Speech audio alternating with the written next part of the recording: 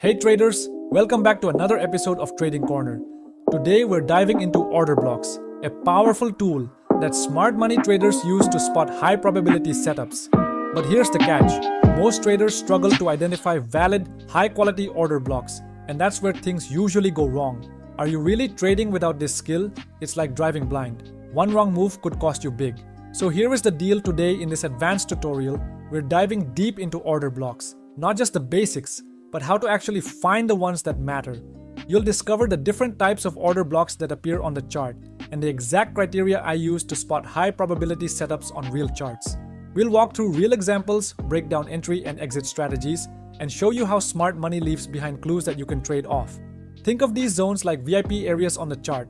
Once you know how to find them, your precision as a trader goes up fast, which definitely level up your trading game. If that sounds valuable to you, then make sure to hit that like button and don't forget to subscribe so that you don't miss what's coming next. Let's dive in after the disclaimer.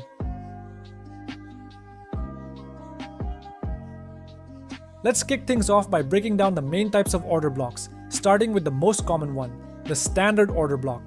In a bearish setup, this usually shows up as the last bullish candle right before price takes a sharp dive. Why does this matter? Because that little bullish candle often marks where smart money was manipulating price, filling up big sell orders before the drop. It's like the calm before the storm, and that zone becomes a key area to watch. Traders see it as a high interest level where price might react again in the future, making it a prime spot for potential reversals when the market swings back into that area. In this example, notice how after that final bullish candle formed, price dropped aggressively, creating a clear imbalance, or what we call a liquidity void. But the story doesn't end there. Price eventually retraced back up, revisiting that zone and filling in the inefficiency left behind. This move is known as mitigation. It signals that smart money has likely come back to complete their pending buy orders. Once that's done, the market doesn't waste time. It flips direction again and continues its downward momentum. Second type is the primary impulse order block. This one shows up when the market shifts direction, but instead of taking off immediately, it hesitates. In a bearish context, it's usually marked by the first weak bearish candle after the bullish trend starts to lose steam. It's a subtle signal, but an important one. That weak candle reflects a drop in bullish momentum, a hint that the market might be gearing up for a deeper reversal. Smart traders watch this zone closely, as it often marks the starting point of a new, stronger move in the opposite direction. Let's break it down with a chart example. Here, we're in a clear downtrend. The price breaks below the previous low, giving us a bearish break of structure and leaving behind an imbalance. Now to find the most recent order block, we look for that first weak bearish candle just before the strong drop. That candle marks the primary impulse order block. It signals a shift in market intent, a zone where the bullish push ran out of steam and sellers took over. When price returns to this area, it often reacts strongly, making it a high probability setup for a potential reversal. The third type is what we call a wick-based order block. In a bearish setup, this forms when the wick of the last buying candle, or the first weak bullish candle, is longer than half the entire candle's size. But here's the key. We're not using the whole candle as the zone. Instead, we focus only on the wick. This gives us a much tighter and more refined area of interest, helping us mark a precise zone where price might react without the noise of the full candle body. As you can see in this chart, price made a sharp move to the downside, breaking multiple structure points and confirming a strong bearish trend. Now, if you look closely at the candle near the extreme, it's the first weak bearish candle before that aggressive drop. But here's what stands out. The wick on this candle is longer than half the size of the entire candle. Just like we discussed earlier, that's our cue to mark only the wick as the order block, not the full candle. This gives us a cleaner, more precise zone to work with. Now let's move on to the next type, the engulfed order block.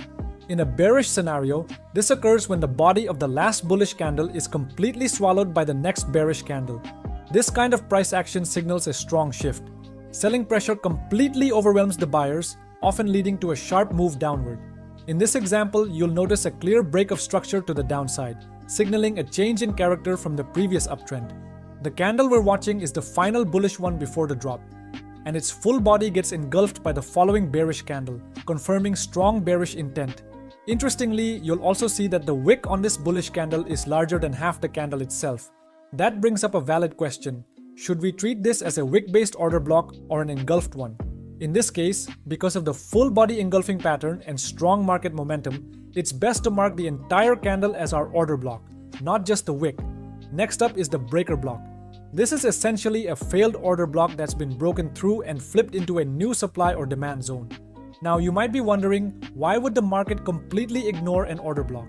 There are a few reasons for this. A shift in market structure, the order block being overvalued or oversold, price tapping into higher time frame key levels, key liquidity zones resting just above or below the order block.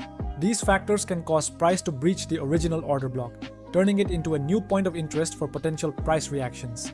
When price breaks clean through a valid order block instead of reacting to it, that level flips into what we call a breaker block, essentially a new zone of supply or demand. But not all breaker blocks are created equal.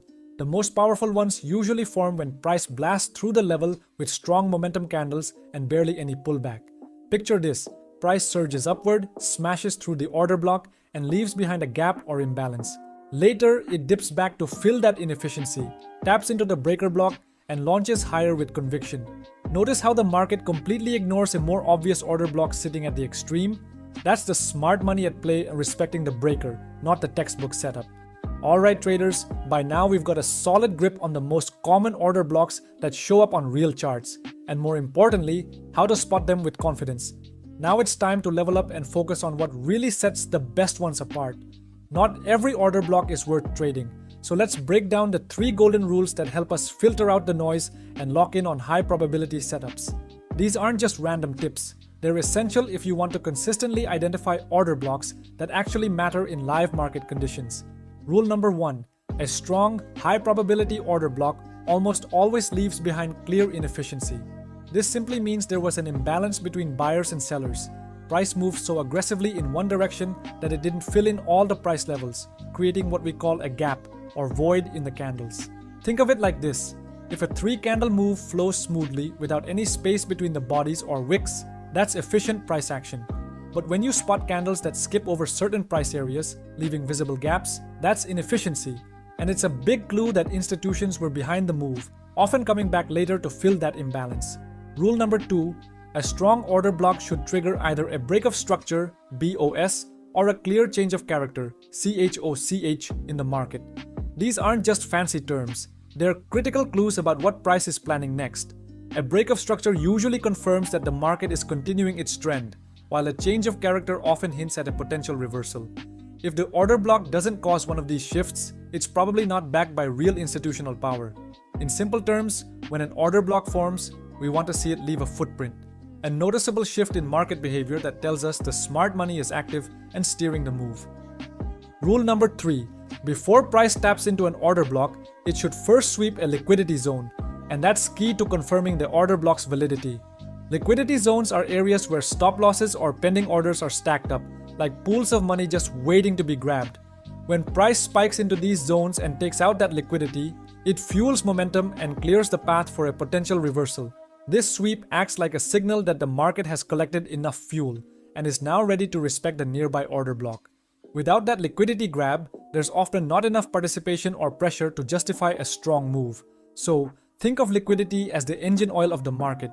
It keeps everything moving and makes your setups far more reliable when used as a filter. Rule number 4. There's a strong belief among seasoned traders that big players, like central banks or large institutions, often manipulate price action to mislead the crowd. That's why it's critical to watch what happens before price hits an order block. If there's a clean sweep of a liquidity zone just prior, that's your green flag.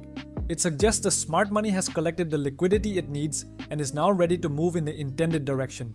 On the flip side, if price doesn't grab that liquidity first, there's a higher chance it'll treat the order block itself as a liquidity target instead of respecting it. The takeaway? Always factor in liquidity sweeps before considering an order block for entry. It adds weight to the setup and helps you avoid getting trapped by false moves. And that wraps it up, traders. In this episode, we broke down the core concepts behind order blocks, how to spot them accurately on your charts, and what sets the high probability ones apart. We also touched on entry types you can use to capitalize on these zones effectively. In the next videos, we'll dive deeper into advanced entry models and strategies that take your order block game to the next level. If you found this helpful, make sure to hit that subscribe button and turn on the bell so you never miss a drop of value. We'd love to hear your thoughts. Drop a comment below and let us know what topics you want us to tackle next. Thanks for watching, and I'll see you in the next episode of Trading Corner.